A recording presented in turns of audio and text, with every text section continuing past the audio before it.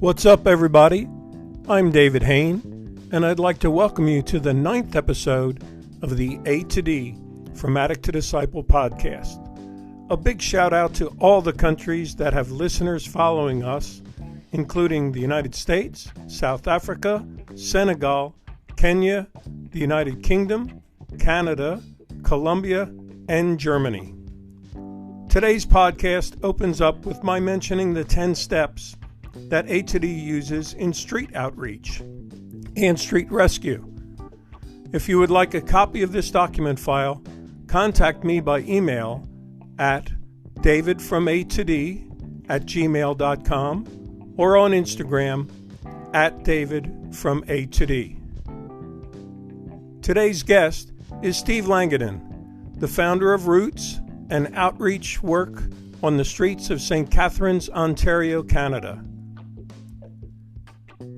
Steve, the 10 steps that I mentioned cover everything from relationship building to intermediation and sending people to detox, rehab, and aftercare. As you started Roots 7 or 8 years ago, what did you think your work was going to be, and what has become the most important aspect of your work and the work of Roots in St. Catharines now?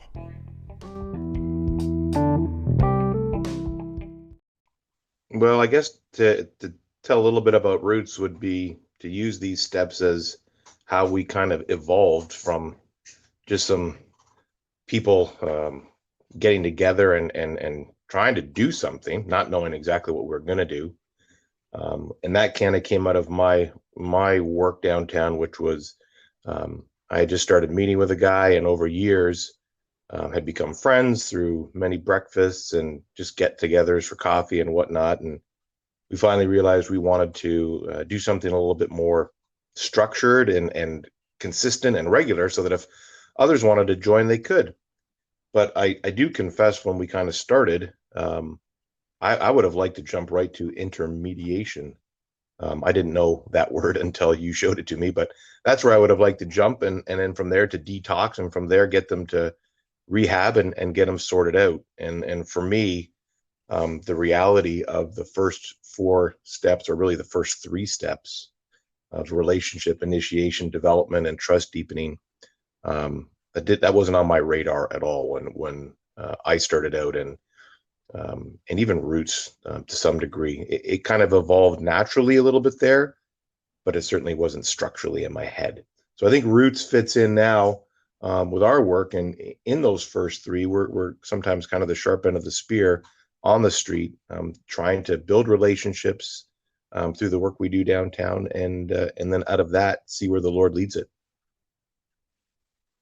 Okay, and do you want to give a quick definition of intermediation, since that is a word you stumbled over a bit and sort of had to look up to make sure we were on the same page there?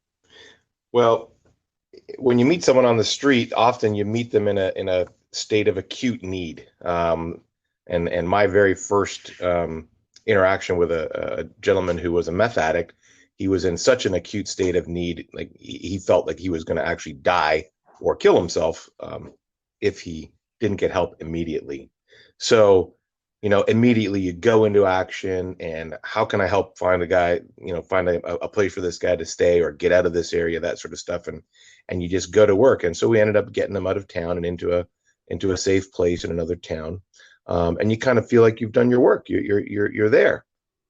Meanwhile, I had no idea that relationship would have ups and downs and scary moments and wonderful moments, and is still going on some 5 years later. So it wasn't necessarily an intermediation. It was a relationship initiation that I thought was an intermediation. And over time, the relationship has developed, the trust has developed, and we've become good friends. And out of that, our relationship is something that he uses, and I don't want to say uses, that's not the right word, but that relationship is there that benefits both of us as we walk forward in our life together as friends, not just as an addict and disciple. That's awesome. And it's, I'm glad you use that phrase, as friends, because so many people still see the addicts as them, Yeah. to be different than us. And, it's what can I do for them? How can I intermediate? How can I help them? How can I rescue them? Rather than how can I befriend them? And that reminds me of a song that I would probably use as the subtitle to this episode, and that's Taking It to the Streets by one of my favorite singers, Michael McDonald, when he was with the Doobie Brothers. And I'll quote some of the lyrics there. He says, "You don't know me, but I'm your brother. Mm. I was raised in this living hell. You don't know my kind in your world. Fairly soon, time will tell. You telling me things you're going to do for me? I ain't blind, and I don't like what I think I see." Right. How do you react to that as someone who's taken it to the streets through Roots in St. Catharines, Ontario? Well, that last line, I ain't blind, and I don't think I like what I see. Um, my closest friend downtown, the gentleman who I started walking with about 8 years ago, Mel, he has reminded me on occasion when I step across a line where I try to do something to and for rather than with. And he'll say that about me, but he'll say that about a lot of people, that they come down and try to, in his words, shove a Bible down his throat, and they don't know a thing about him. They haven't taken the time to get to know him, and he's just not interested in that. What he's interested in is someone who cares, someone who sees him as a person, someone who sees him and is willing to love him when he's at his worst, as well as his best. What do you think it is about us North Americans and maybe people all over the world that doesn't have us take the time to get to know people, but we want to jump in there and fix them and help out? Yeah, well, I'm a businessman. I own a business. I have an MBA. Results orientation is ingrained into us. And to be very frank, when I first ended up working on the street, I wanted to clean them up, fix them up, sort them out, get them a job, and get them going. And I figured I had the means and the wisdom and the intellect and the connections to do all of that. And what I didn't realize was that wasn't necessarily what God had in plan. It was, and it seems after 8 years that he was as interested in changing me as he was in the work that was going on downtown. And again, thinking of my good friend Mel, him and I, we're still the same people. We're still a bit messy. We're still, we got our hiccups and our bumps. We love each other dearly, but I haven't changed a whole ton. And Mel is still Mel, and I love him the way he is. We're just closer in relationship and friendship, and we've walked with each other through hills and valleys and all kinds of difficult things, which has strengthened both our relationship with each other and our relationship with the Lord. And so that was unexpected. So there wasn't an end zone or a goal line or a scoring system. What there was friendship and relationship and joy on the other side. Don't kid yourself, mixed with some difficult days and dark days too. But that's not any different than life in my family or your family.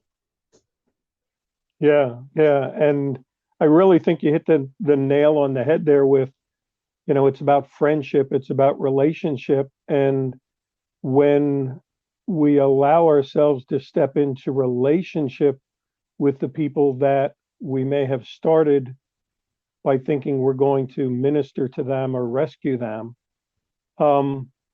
a different mess comes along, and that's the mess of just relationship. Absolutely.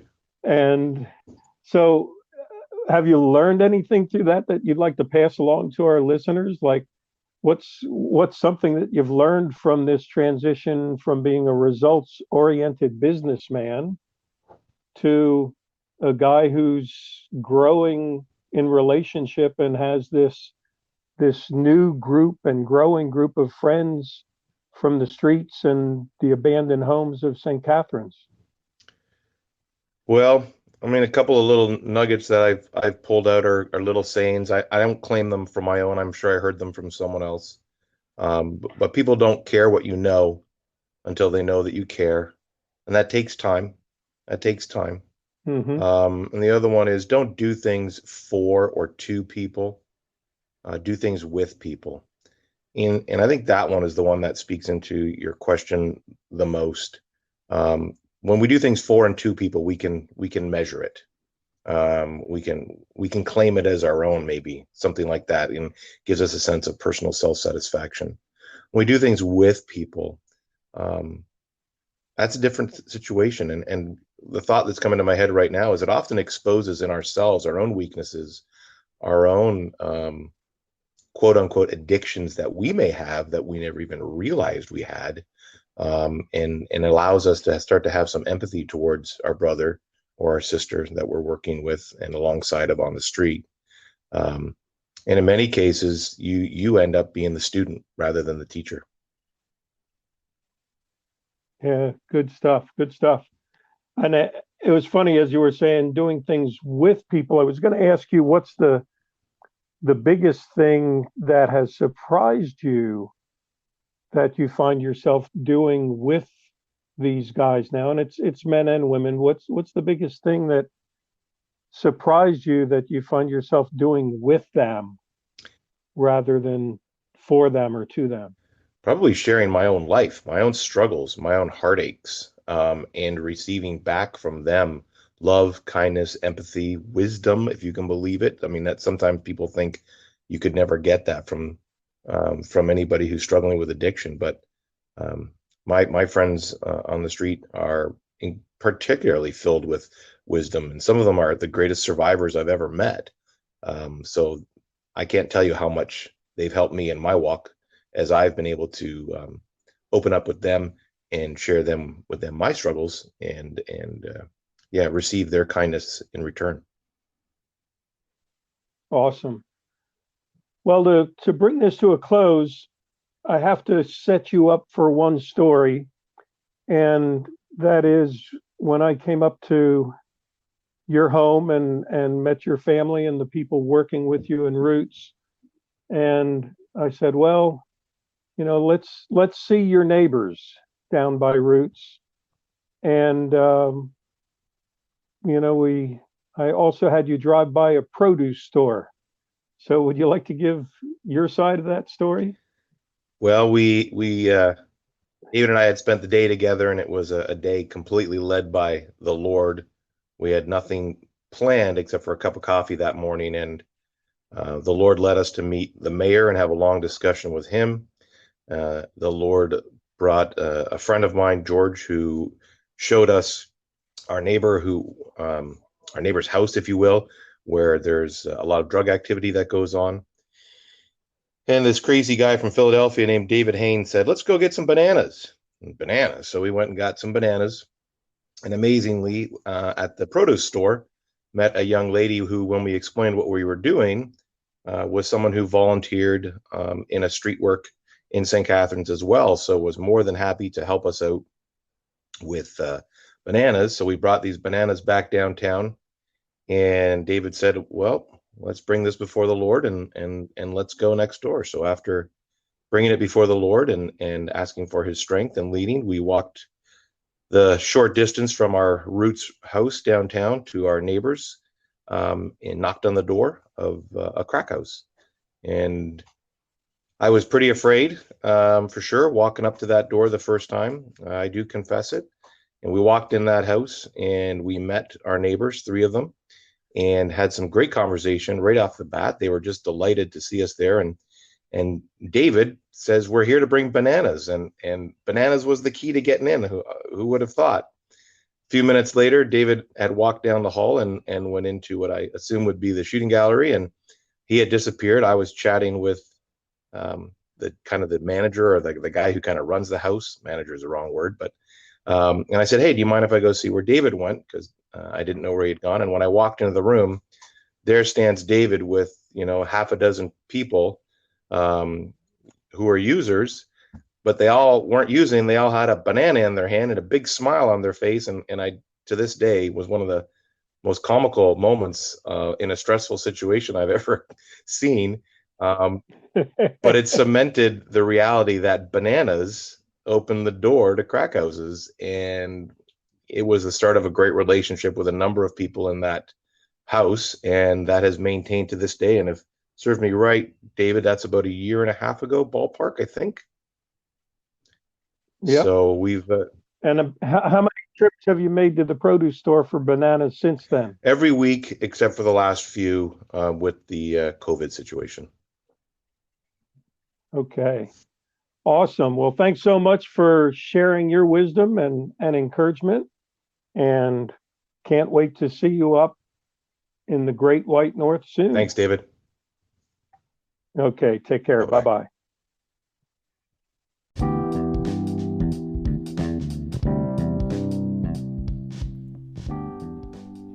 Thanks for listening.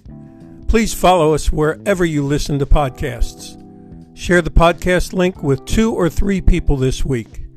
Keep sending your feedback, and if you would like to be part of a weekly Zoom meeting on addiction and recovery, or if you want a copy of the Street Outreach Steps, contact me by email at davidfroma2d@gmail.com or by Instagram at davidfroma2d.